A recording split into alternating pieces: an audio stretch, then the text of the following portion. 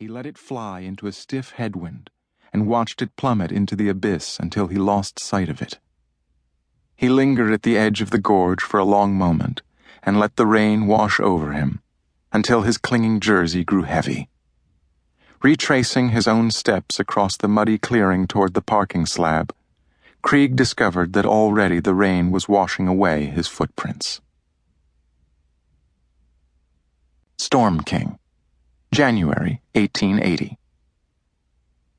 The storm of January 9, 1880, dove inland near the mouth of the Columbia River, roaring with gale-force winds. It was not a gusty blow, but a cold and unrelenting assault, a wall of Hyperborean wind ravaging everything in its northeasterly path for nearly 400 miles. As far south as Coos Bay, the Emma Utter, a three-masted schooner, dragged anchor and smashed against the rock-strewn coastline as her bewildered crew watched from shore. The mighty Northern Pacific, that miracle of locomotion, was stopped dead in its tracks in Beaverton by upward of 600 trees, all downed in substantially less than an hour's time. In Clark County, windfall damage by mid-afternoon was estimated at 1 in 3 trees. Throughout its northeasterly arc, the storm gathered momentum. Snow fell slantwise in sheets, whistling as it came, stinging with its velocity, gathering rapidly in drifts against anything able to withstand its force.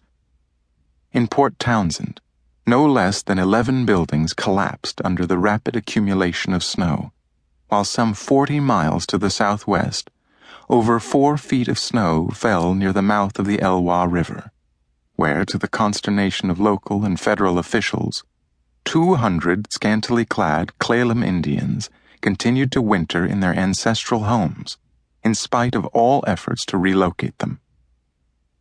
It is said among the Clallam that the world disappeared the night of the storm, and that the river turned to snow, and the forest and mountains and sky turned to snow.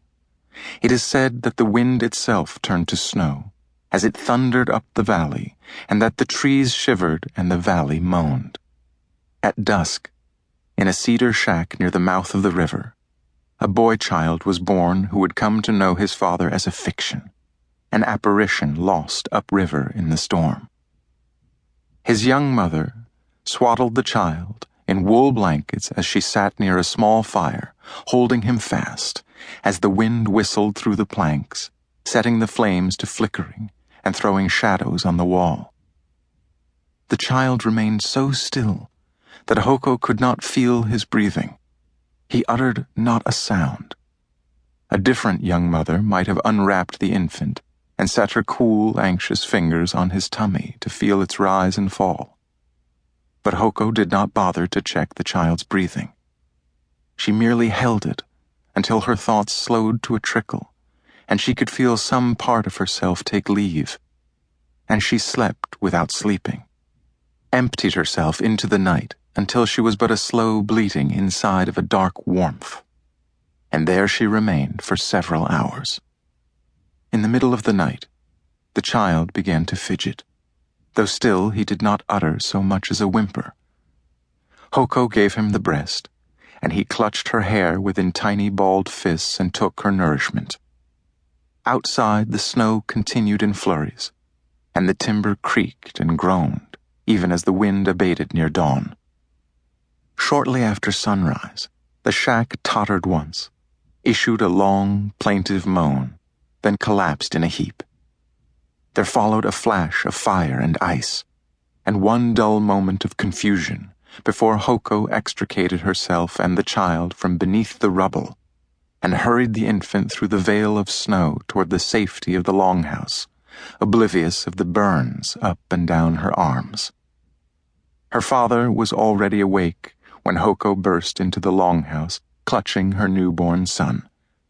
He did not look up from the fire. "Shut the door," he said, and fell back into a dense silence. For 6 months, the boy would have no name.